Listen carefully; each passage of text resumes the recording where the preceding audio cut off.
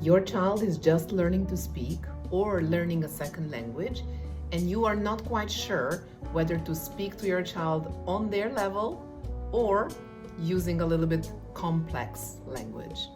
The best thing you can do is to stay in the zone of proximal development. What is that?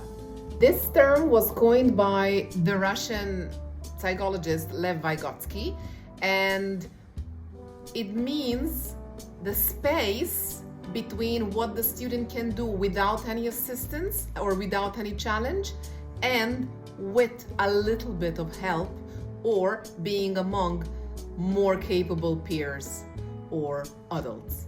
Proximal is a very important word here. It indicates that we need to give students just enough challenge to keep them challenged at all. If we do not challenge our students, they are not going to make a progress. If we challenge them too much, the task might be too difficult for them. But if we give them just enough challenge, they will make a speedy and steady progress. So let's get back to the beginning.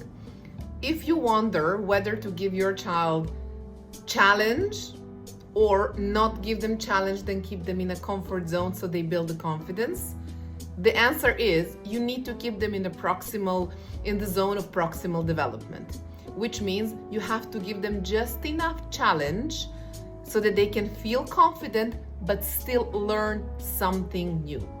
Here's an example on how that can look. For example, when we are reading a story.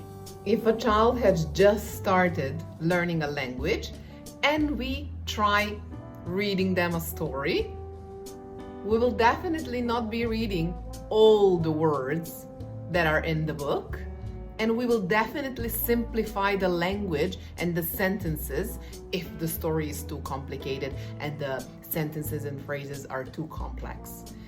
But if we, as parents or practitioners, notice that the child is perfectly capable of completing a task, and in this case, this would be the comprehension and understanding of what is said to them and the story told, then we need to challenge them a bit.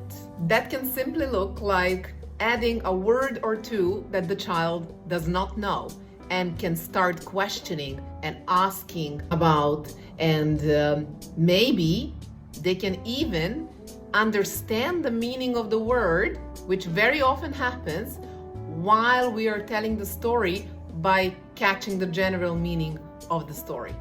Keeping the students in the zone of proximal development is also called scaffolding, rightly so, because we are slowly building up the knowledge of the children by giving them opportunities that are manageable and reachable and not something that they cannot achieve.